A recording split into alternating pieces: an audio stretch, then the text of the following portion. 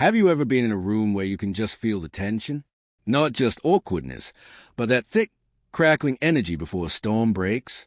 That's exactly what it was like inside room 2154 of the Rayburn House office building. The air was stiff, packed with too many egos, too many unspoken rules just begging to be broken. This is the kind of story we love to break down here on The Line, because it's not just about politics. It's about power, performance, and what happens when someone refuses to play the game. It was a Wednesday morning, and the Oversight Committee was in session. Officially, the topic was executive overreach. But let's be real, these hearings are theater. They're about positioning, about scoring points, and today, the main actors were already in place. At one end of the long bench, you had Congressman Jim Jordan, hunched forward, sleeves rolled up like he was ready for a street fight. His notepad wasn't filled with facts. It was a chaotic map of bullet points, arrows, and aggressive underlines. He'd been waiting for this. He lived for these moments. His plan was simple and brutally effective. Throw heat. A barrage of fast, loaded questions, constant interruptions, and a rhythm of accusation designed to make his opponent look flustered and unprepared on camera. And his target? Across the table sat Representative Jasmine Crockett. Navy blue suit, silver-framed glasses, calmly flipping through a thick binder. There was no rush, no nervous energy. It was a calm of someone who knows exactly what's coming, even without seeing the script. She'd grown up knowing what it felt like to be underestimated, to be talked over.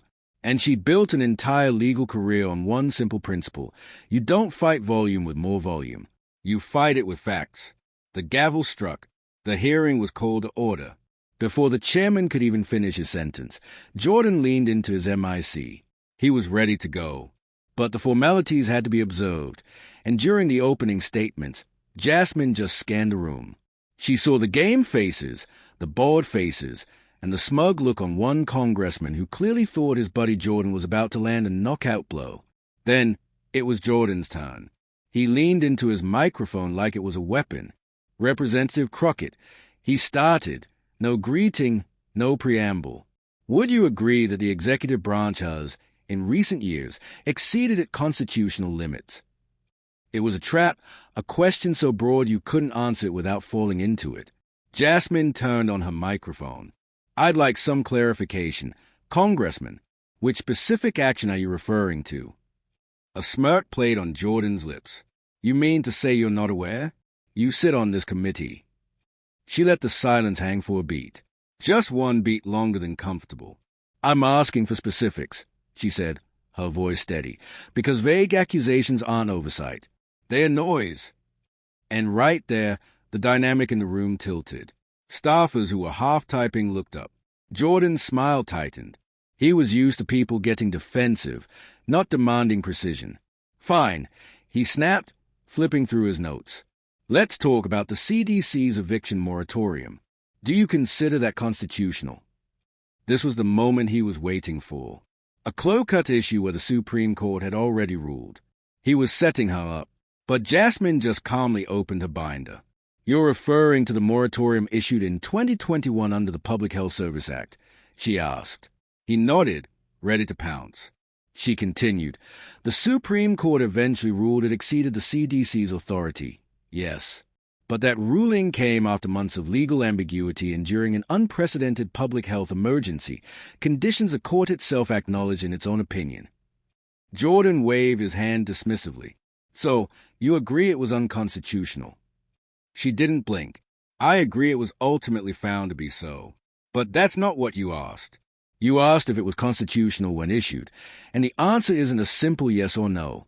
It was challenged, reviewed, and debated exactly how our system is supposed to work. The first murmur went through the room. This wasn't going according to plan. Jordan tried to get his footing back, leaning in with that patronizing tone he uses. I think we can both agree, he said, dragging out the word agree, that the Constitution is not a buffet. You don't pick and choose. Jasmine didn't even look up from her papers. That's a strong statement for someone who spent a career arguing for selective interpretation. A few stifled chuckles came from the back. Jordan's yelled which, a hatted being the punchline. He tried to push harder, his voice getting louder. Are you defending the government suspending private contract between landlords and tenants? I am defending the process, Zoe said, finally meeting his eyes. The process that allowed the issue to be challenged in court, reviewed thoroughly, and resolved. That's Cahiers de Roulet of Love. You've heard of it, right? The line landed with satirical precision. A reporter in the back sadly nailed her recorder closer. Jordan, completely ignoring the job, went for the emotional gap points. So, when the government shut down businesses, restricted church gatherings, told people they couldn't visit dying loved ones, you believe that was used process. Jasmine took a breath, letting his accusation hang in the air. I believe, so he said, her voice low and deliberate, that we don't legislate based on outrage. We legislate based on love. And I'm not comfortable with watching this committee get turned into a circus act where legal nuances are flattened into soundbites for social media clips. The room went tense. The chairman had to intervene to let her finish. This hearing is supposed to be about accountability. Sai continued, but accountability requires clarity. You're not looking for that. You're looking for a target. So if you want to talk about actual overreach, let's talk. But if you're used here to shout and interrupt, then let the record show this isn't a oversight. It's performance. And that is where it gets really interesting. Jordan was completely thrown off his rhythm. He tried one more time, wabbing a printout of one of her old tweets. She stood by her words, explaining the difference between compassion in a crisis and unchecked power. Scoff, so now we're governing by feelings. No, so I replied, her voice dangerously calm. We're governing with responsibility. If you're looking for chaos, you're in the wrong hope. Silence. Used a brief, electric pause where everyone in the room quietly revealed what they thought they knew about her. But this was used the beginning. The real plot twist was still coming. Jasmine saw her chance and saw it to it. Let me ask you something, Sai said, her tone matured. Do you believe Congress should intervene when the executive branch overreaches? Jordan perked up. This was his turf. Of course I do. Good, Sai said. Then let's talk about January 6th. The room turned difficult. One of Jordan's eyes looked up so fast his glasses nearly fell off his face. That's not relevant, Jordan mumbled. It's the most relevant example there is. So I countered, her voice never rising. Because that day was the result of unchecked power and a failure to enforce consequences. You talk about constitutional limits. Back when the executive was pressuring states to overturn an election and ignoring court decisions, where were you? It didn't test you holding hearings about that. She let the words hang in the air. You can't stand for law and order only when it's convenient. Jordan's fists were clenched, but he said nothing. And there is the kicker. Jasmine wasn't done. So I calmly flipped open her binder again.